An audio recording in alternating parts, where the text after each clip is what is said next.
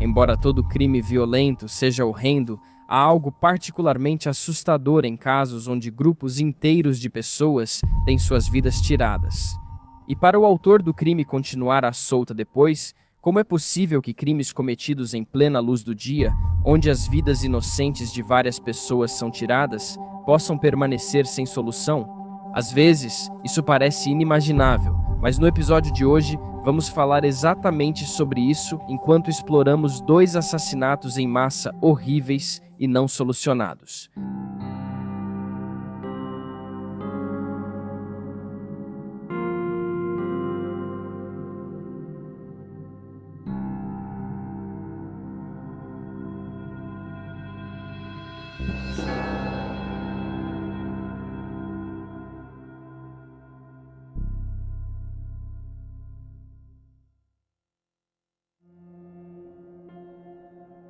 Os assassinatos no Salão de Florença, na manhã de terça-feira, 6 de novembro de 2001, deveriam ter sido como qualquer outro dia, para os clientes e funcionários de um salão de cabelo e unhas chamado Hair Gallery, localizado próximo à Rota 93, na cidade de Florença, Montana. Às 11 horas, uma cliente da Hair Gallery chegou ao salão para o seu horário marcado. Quando ela estacionou no estacionamento, percebeu alguém saindo pela porta da frente. Isso lhe pareceu estranho, já que o salão sempre usava a porta dos fundos como entrada principal. A cliente continuou observando a pessoa saindo do estabelecimento. Parecia ser um homem, e ele estava vestido de forma estranha, usando um grande casaco preto estilo duster e um chapéu de aba larga, que era ou uma cartola ou um fedora. Depois que a pessoa se afastou, a cliente saiu do carro e foi até a entrada principal nos fundos do salão.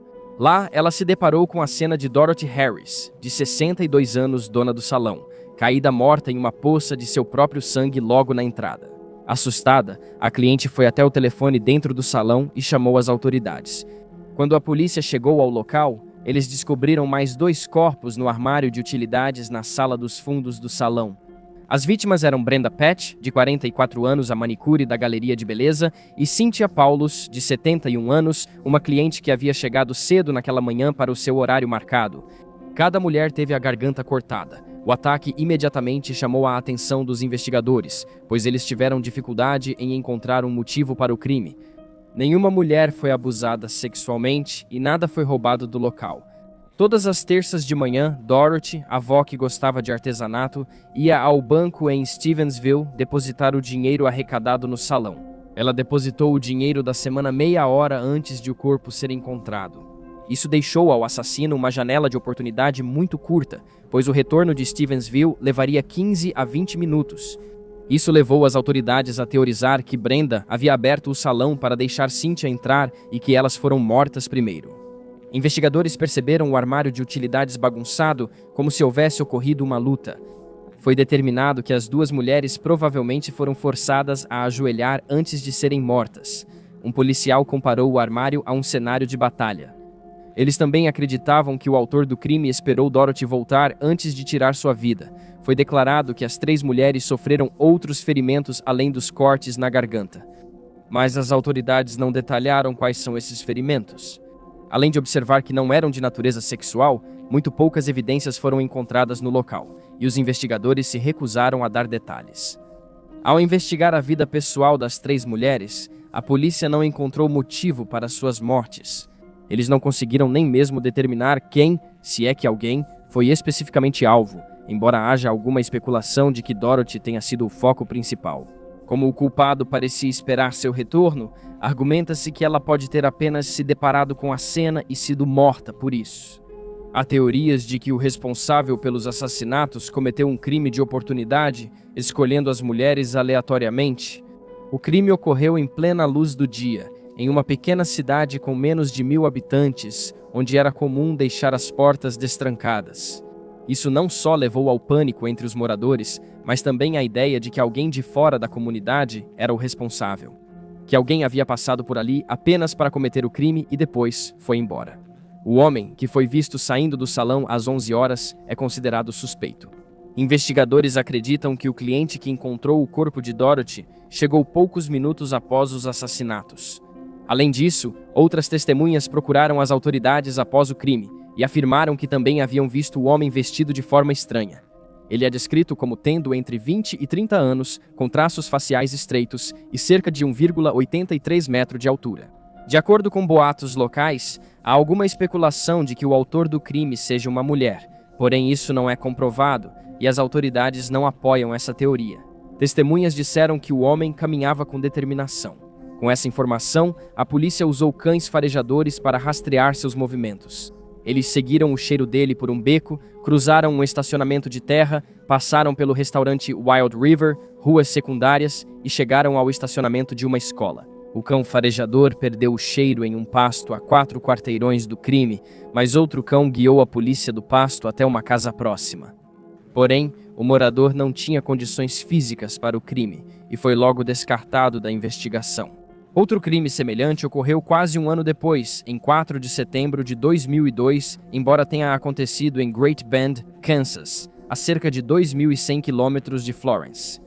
Na tarde do dia 4, um cliente entrou no estacionamento da confeitaria Dolly Madison Cake Discount, localizada na 1004 Harrison Street. O cliente imediatamente percebeu um homem que não conhecia trancando a porta do lado de fora. Quando o cliente se aproximou, ele disse que a confeitaria estava fechada para o dia. O cliente achou estranho, pois ainda era cedo, mas não se importou e voltou para casa à noite. No entanto, um entregador entrou na confeitaria pela porta dos fundos e ficou horrorizado ao ver 2 corpos no chão. As vítimas eram Mandy Alexander, de 24 anos, que trabalhava lá havia apenas 3 dias, e Mary Drake, de 79 anos, uma cliente. Ambas as mulheres foram mortas a facadas. Como no crime em Florença, os investigadores tiveram dificuldade em achar um motivo para as mortes de Mandy e Mary. Apesar de uma quantia em dinheiro ter sido levada do caixa, as bolsas e carteiras das 2 mulheres ficaram intactas. Nenhuma vítima sofreu abuso sexual e as autoridades não acharam nada em seus históricos que explicasse o motivo de serem alvo. Como em Florença, parecia totalmente aleatório. O cliente que viu o homem fechando o local mais cedo ajudou os investigadores a criar um retrato falado distribuído pela cidade. Observou-se que o suspeito tinha cerca de 1,85 metros de altura, pesava aproximadamente 80 quilos, tinha entre 30 e 35 anos e possuía cabelo castanho claro ou loiro, na altura da gola. Um funcionário de um motel próximo reconheceu a descrição e contou à polícia sobre um homem de passagem que havia se hospedado no dia 4 e saído no dia seguinte. O homem raspou a cabeça antes de partir. Mesmo assim, tanto ele quanto o suspeito da padaria nunca foram identificados. Nos anos seguintes, as autoridades afirmaram acreditar que os 2 casos estão ligados, mas mais uma vez se recusaram a dar mais detalhes. Em 2005, as autoridades revelaram que haviam identificado um suspeito no caso de Florença. Brian Weber, na época do crime, morava em Nampa, Idaho, a cerca de 600 quilômetros de distância, um pequeno traficante que vendia metanfetamina. Weber também era viciado, o que o levou a se tornar cada vez mais violento. Ele acabou começando a se envolver em pequenos crimes para sustentar seus hábitos. Weber foi interrogado pouco depois dos assassinatos em Florence e seu DNA foi coletado. Na entrevista, perguntaram por que o DNA dele estaria na cena do crime, mas ele disse que não ia ao salão desde que virou Galeria Horror.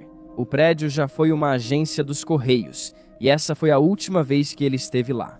Weber depois admitiu estar sob efeito de drogas no interrogatório e não saber o que lhe perguntaram ou respondeu. Em 2003, ele foi preso por agressão após uma negociação de metanfetamina frustrada. Em 2004, ele foi acusado de um grande número de crimes relacionados a drogas e condenado a 24 anos de prisão.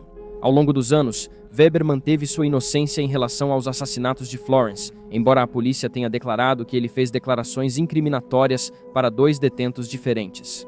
Um informante da polícia, com microfone oculto, tentou obter uma confissão de Weber, mas não conseguiu porque ele percebeu o informante. Nesse período, seus advogados reduziram sua sentença para 10 anos. Outro suspeito era Lincoln Benavides, usuário de drogas há muito tempo, nascido em Idaho. Quando adolescente, Benavides morava nas ruas com sua irmã e começou a ter problemas com a polícia. Desde os 13 anos de idade, como Weber, Benavides começou a traficar drogas e virou criminoso profissional. Em 2008, as autoridades alegaram que ambos se conheciam e eram responsáveis por vários assaltos e crimes relacionados a drogas juntos. Os 2 foram então acusados dos 3 assassinatos. A acusação alegou que os homicídios foram cometidos como parte da cobrança de uma dívida de drogas e que Benavidez era o líder de uma quadrilha de distribuição de drogas, que operou em todo o Idaho e Montana entre 1999 e 2001. Também afirmava que Weber atuava como um executor violento para a organização, segundo parte da acusação, abre aspas. Em algumas ocasiões, Weber ameaçava outros traficantes ou os agredia para facilitar a cobrança de dinheiro para a organização. Em algumas ocasiões, Brian Weber e Lincoln Benavides ameaçavam ou agrediam alguém juntos. Poucas evidências foram reveladas na época.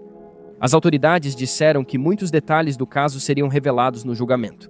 Foi enfatizado que Benavidez teve pouca participação direta nos assassinatos, mas que ele, abre aspas, aconselhou, comandou, induziu ou providenciou as mortes das vítimas. A acusação destacou que ambos deixaram o estado logo após os assassinatos. Benavidez saiu dos Estados Unidos voltando ao Texas meses depois. Antes do julgamento, Benavidez fez um acordo judicial. As acusações de assassinato contra ele foram retiradas, e ele foi condenado a 25 anos de prisão por crimes relacionados a drogas. Demorou mais para Weber ser inocentado, mas em 2010 as acusações foram retiradas ao descobrirem que ele não estava em Montana na época dos assassinatos. Esse álibi e o fato de que a única testemunha confiável da acusação, já que a maioria era composta por detentos e criminosos, morreu em 2008 levaram o caso a desmoronar. Em 2018, Weber foi condenado a 15 anos de prisão por crimes relacionados a drogas, seguidos de 10 anos de liberdade supervisionada. A acusação contra Weber e Benavidez foi muito criticada nos anos seguintes. Pelo visto, os promotores montaram um caso bastante frágil. Muitos suspeitam que as autoridades locais tentaram forçar os dois a confessarem falsamente sob pressão para resolver o caso. Não houve mais prisões ou acusações nos anos desde que Weber e Benavidez foram inocentados, e não há nenhum progresso conhecido no caso nos últimos tempos. Os assassinatos no Salão de Florença seguem sem solução. Se você tiver qualquer informação sobre o caso, pode entrar em contato com o Departamento do Xerife do Condado de Ravelli pelo telefone 406-375-4025.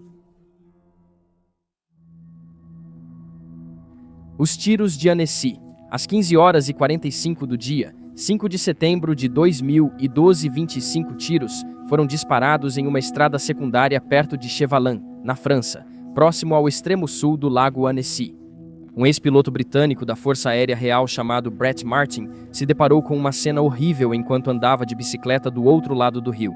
Ele não ouviu os tiros devido ao barulho da água e acabou achando os corpos. Enquanto seguia sua rota habitual, ele primeiro avistou Zainab Al-Hili, de 7 anos, que milagrosamente ainda estava viva. Depois, descobriu-se que ela havia levado um tiro no ombro antes de ser golpeada na cabeça com uma arma. A jovem tropeçou até a estrada e desabou em frente à BMW dos pais. O veículo estava trancado, motor ligado e janelas com buracos de bala. Dentro, havia 3 adultos mortos: Saad Al-Hili, de 50 anos, sua esposa Iqbal, de 47, e a mãe dela, Suhaila Al-Alaf, de 74 anos. Saad e Iqbal eram britânicos nascidos no Iraque, enquanto Suhaila tinha passaporte sueco. A BMW havia sido bruscamente engatada de ré no acostamento, deixando marcas visíveis na estrada, e ainda estava em marcha a ré. Quando Brett chegou ao local, as rodas traseiras do carro giravam na areia solta. Cada vítima havia levado 2 tiros na cabeça. Havia mais um corpo caído na estrada: Sylvain Moyer, um francês de 45 anos que estava pedalando quando foi pego na linha de fogo. Ele havia levado 7 tiros. A filha mais nova dos Al-Hili, que tinha apenas 4 anos, foi encontrada pelos peritos forenses debaixo das pernas de sua mãe morta. Ela ficou no assoalho traseiro por 8 horas, mas não sofreu ferimentos físicos. Após analisar estojos de cartucho e fragmentos da placa de coronha, determinou-se que o crime foi cometido usando uma pistola semiautomática Luger P06. Ela disparava munição Parabellum 7,65 por 21 mm, com um carregador de 8 tiros, e geralmente é considerada um item de colecionador. Embora anteriormente fosse conhecida por ser exportada para os Estados Unidos e adotada pelo exército suíço, ela foi considerada uma arma de baixa potência, mas muito precisa e confiável. A investigação do tiroteio que matou 4 pessoas e feriu uma criança foi feita pelo Departamento de Investigação Criminal e pelo Departamento de Ciências Forenses da Gendarmeria Nacional Francesa MARI. Embora, em setembro de 2012, uma força-tarefa conjunta entre britânicos e franceses tenha sido criada em um esforço para avançar no caso. Muito poucas evidências úteis foram encontradas no local, que é descrito como um ponto de piquenique. As pistas encontradas pelas autoridades no local geraram teorias conflitantes. Por um lado, as execuções precisas no estilo de assassinato e a tentativa cruel de matar uma criança pareciam frias e profissionais. Por outro lado, o autor deixou para trás 21 cápsulas de bala e usou uma arma muito distinta e incomum. Assim como no caso de Florença, que discutimos anteriormente, os investigadores que trabalhavam no tiroteio de Anasi tiveram dificuldades para encontrar um motivo óbvio. Por algum tempo, foi teorizado que Saad, de 50 anos, era o principal alvo do ataque, que sua família foi dano colateral e que Silvan estava apenas no lugar errado na hora errada. Saad e Iqbal viviam no Reino Unido há mais de 20 anos, com Saad trabalhando como engenheiro e Iqbal como dentista. Os vizinhos e amigos do casal só tinham coisas boas a dizer sobre a família. Saad, segundo todos, era um pai dedicado, enquanto Iqbal era uma esposa e mãe devotada. Na investigação inicial, surgiram rumores de que o pai de 2 filhos lidava com assuntos sensíveis por causa da carreira. Um jornal francês chamado Le Monde alegou que Saad tinha acesso a uma conta bancária suíça que pertencia ao partido político de Saddam Hussein. O jornal afirmou que obteve essa informação do serviço secreto alemão, porém, não há evidências que liguem Saad a Saddam Hussein. A conta bancária suíça que foi ligada ao homem de 50 anos é, na verdade, do pai dele. O pai de Saad, Kadim, era advogado e empresário, que mudou a família para o Reino Unido em 1971, depois que seu irmão foi preso pela agência de inteligência do Iraque e desapareceu por 1 ano. Ao voltar, ele tinha fala arrastada e danos cerebrais, levando Kadim a buscar um lugar seguro para a família. Enquanto a família se mudou, Kadim voltou ao Iraque em 1974 para continuar administrando seus negócios. Ele se aposentou em 1982, mudando-se definitivamente para o Reino Unido. Quando ele faleceu, deixou $1 milhão em uma conta bancária suíça para seus 2 filhos, Saad e Zaid, além de propriedades na Inglaterra e na Espanha. Após a morte, os irmãos discutiam sobre a divisão dos bens. O desentendimento persistia quando Saad foi morto. Cientes dessas informações, as autoridades focaram em Zaid, acreditando que ele tinha um motivo para desejar a morte do irmão. Zaid, por sua vez, não acreditava que Saad tivesse sido vítima de um assassinato profissional. Ele observou que teria sido mais fácil para qualquer um que quisesse sua morte ter cometido o crime, enquanto ele estava no Reino Unido, onde tinha uma rotina e uma casa, e que Saad nunca teve acesso a informações sensíveis em seu trabalho. Mesmo assim, em 28 de setembro, apenas algumas semanas após o tiroteio, a polícia chegou à casa de Zaid com um mandado de busca. Enquanto investigavam a cena do crime, os detetives descobriram que Saad possuía uma arma de choque, uma arma que é ilegal de possuir no Reino Unido. Eles acharam que o homem de 50 anos temia por sua segurança e da família. Ao conversar com outros membros da família, eles descobriram que Saad teria dito que tinha medo do irmão. Apesar da revista em sua casa, as autoridades não acharam nada que ligasse Zaid à morte do irmão. Apesar dessa falta de evidências, as autoridades continuaram a tratar Zaid como suspeito, interrogando-o repetidamente ao longo dos 7 ou 8 meses seguintes. Algumas entrevistas às quais ele compareceu duraram até 8 horas, e em junho de 2013 ele foi convocado como testemunha na França. Zaid recusou-se a comparecer. Mais tarde, naquele mês, ele foi preso por conspiração para cometer assassinato, com os investigadores suspeitando que ele matou o irmão para ser o único beneficiário da herança do pai deles. No entanto, o caso rapidamente desmoronou, pois ainda não havia nenhuma evidência ligando Zaid ao crime. Zaid continuou a afirmar sua inocência e sugeriu que Silvan era o verdadeiro alvo do ataque. Silvan era um pai divorciado de 3 filhos que trabalhava como soldador em uma fábrica que produzia componentes para reatores nucleares. A escolha de carreira do homem de 45 anos levou a especulações de que ele e Saad se conheciam e que os dois estavam envolvidos juntos. Não há evidências que apoiem essas sugestões. As autoridades não encontraram provas de que Silvan era o alvo principal. E essa falta de motivo e de evidências levou à ideia de que os 4 adultos foram mortos por um psicopata solitário, alguém que matou apenas por matar, sem motivo e sem um alvo específico em mente.